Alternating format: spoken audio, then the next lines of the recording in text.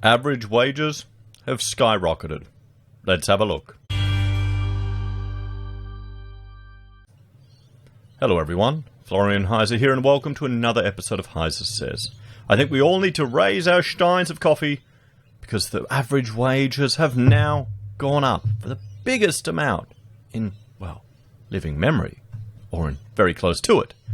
Now the RBA has been desperately trying to predict wage growth. And they've finally got it, guys. They've finally got it. They failed in 2011. They failed in 2012, 13, 14, 15, 16, and 17. But now we have that wage growth that everyone has been talking about. But, as always, there's a little catch. A little catch. And it's, well, it's a big problem. So the average Australian salary, how much you have to earn to be better off than most. So the average weekly earnings in Australia have had their greatest increase since 2009, even amid a pandemic. So where do you fall? So here's the thing. I mean, the greatest increase since 2009, that's living memory, isn't it? 10 years? We're in a social media age. You remember 3. With so many Aussies out of work and businesses forced to lay off staff, it's hard to imagine wages have increased.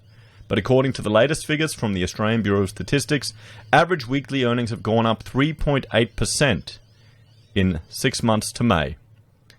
It's the greatest biennial increase since November 2009. Aussies working full-term earn an average of $1,713.90 a week, or $89,000 and change a year. It's worth noting the average income is different to median income, because average takes in very high earnings individuals such as billionaires, which skews the figure higher, whereas the median is the middle point of all Australian wage earners, and in December 2019 that figure was less than 50,000. That's probably what we need to have a look at. We need to look at the median. Now if I'll just bring up the ABS here, we'll jump over and have a look. So, I mean, they're reporting the average. Where's the median? You think that'd be more interesting, wouldn't it?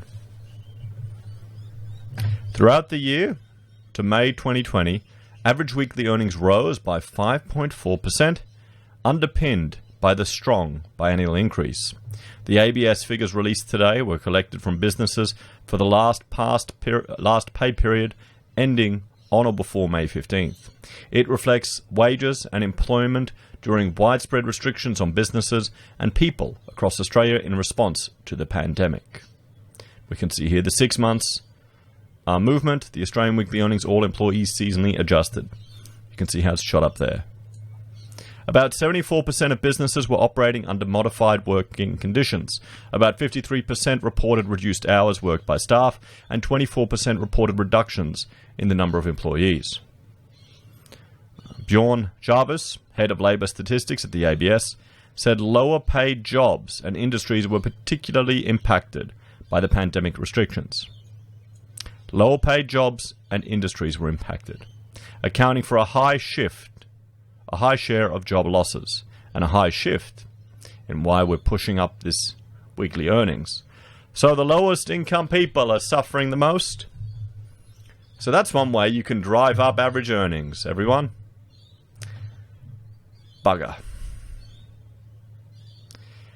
This fall in lower paid jobs led to an increase in average earnings for all employees because the remaining jobs had a higher earnings profile, he said.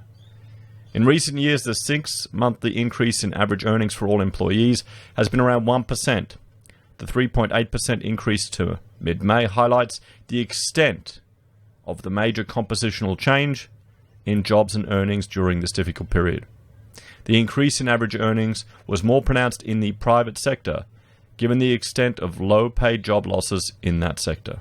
However, the level of averaged earnings in the public sector remained higher. Imagine my shock at that one. So let's jump over here and we can have a look at some of the May key figures. So, seasonally adjusted full-time adult weekly average weekly ordinary time earnings, $1,713.90, which is a 4.8% change from this time last year. Total earnings 1,771, 4.3%.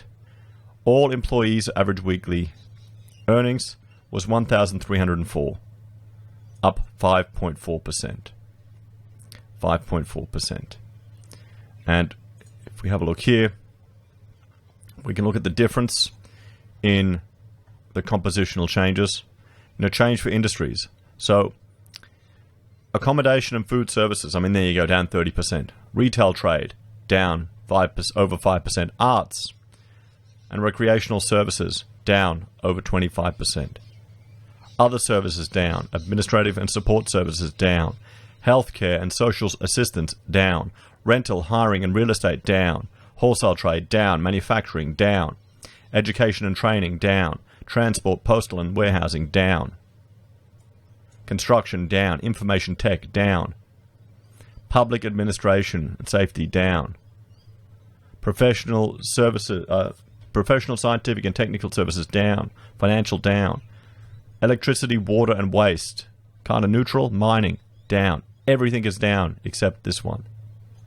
And here's the 25th percentile in median, all employees' total weekly cash earnings by industry. So we can see here accommodation and food services. The median, which is 50 percentile, that's the one we want to look at, right in the middle. It's it's $500 a week. Retail is, well, all industries are 25th percentile. Look at all industries, their median. Mining, how would this look without mining, everyone? Because that's skewing the figures too. That's skewing the figures. Other services. Administrative and support services. There you go. Wow. We're finally breaching $1,000 at healthcare and social assistance. $1,000 a week. 50 grand a year. 52 grand a year. Rental. Hiring and real estate. You're nudging above. Wholesale trade. Manufacturing. Again, slowly going up. Construction is up there. Information, media and telecommunications. Public admin. Finance and insurance services. Professional and scientific services up there. We're reaching 1,500. And finally, we're breaching 1,500 with electricity, gas, and water. And then mining is well above the median of 2.5 grand a month. And here we go. I mean, this is the issue with how they are achieving this growth. This growth here. And what I wanted to bring over, what we'll do is we'll just jump over here to the ABS because I wanted to show, I didn't capture this one. We can look at state and territory earnings. You can have a look here. Highest is, well, WA with the mining, ACT with the civil servants. And this chart is showing persons. Why can't I change the chart? No, fantastic. Good old ABS right there. New South Wales, doing okay. SA is down. But let's have a look at public and private sector earnings. So we can just scroll down here and we can see at the top is the public sector earnings, the average weekly ordinary time earnings, full-time adult by sector. And here we have public sector and the private sector. Look at that difference. Look at that difference. The public sector aren't feeling the impacts of these economic restrictions in the slightest. They may have to work a bit harder, but they're not feeling the impacts. So what do you all think, everyone? I'll link to this, to the data here if you want to go through it yourself. I mean, we can go the average weekly cash earnings. I mean, here you have men at the top, women at the bottom down here. You've got the average here in the middle. See this, guys, this isn't a wage gap. This is an earnings gap. It's to do with, well, merit and the industries that you work in. Because I can tell you one thing here. Look at this one. See this? That's probably going to be a male-heavy industry. And I'd say retail, trade, and accommodation would generally be female-dominated. That's reality. One gives you more flexibility. One requires you to work for weeks away from home. So there we have it, everyone. The RBA has gotten their wage growth.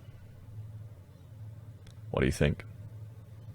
As always, let me know your thoughts and opinions in the comments below. Please like, share, and subscribe to the channel. If you're a fan and want to support the content I create here, there are a few ways you can. You can join the channel on YouTube or Patreon. You can support us using our affiliate links at Amazon, eBay, Independent Reserve, or Kucoin. You can get our merch from HeiseSays, use Gold Pass from the Perth Mint, or support us via PayPal. Take care, everyone. Have a great day. I'll see you next time.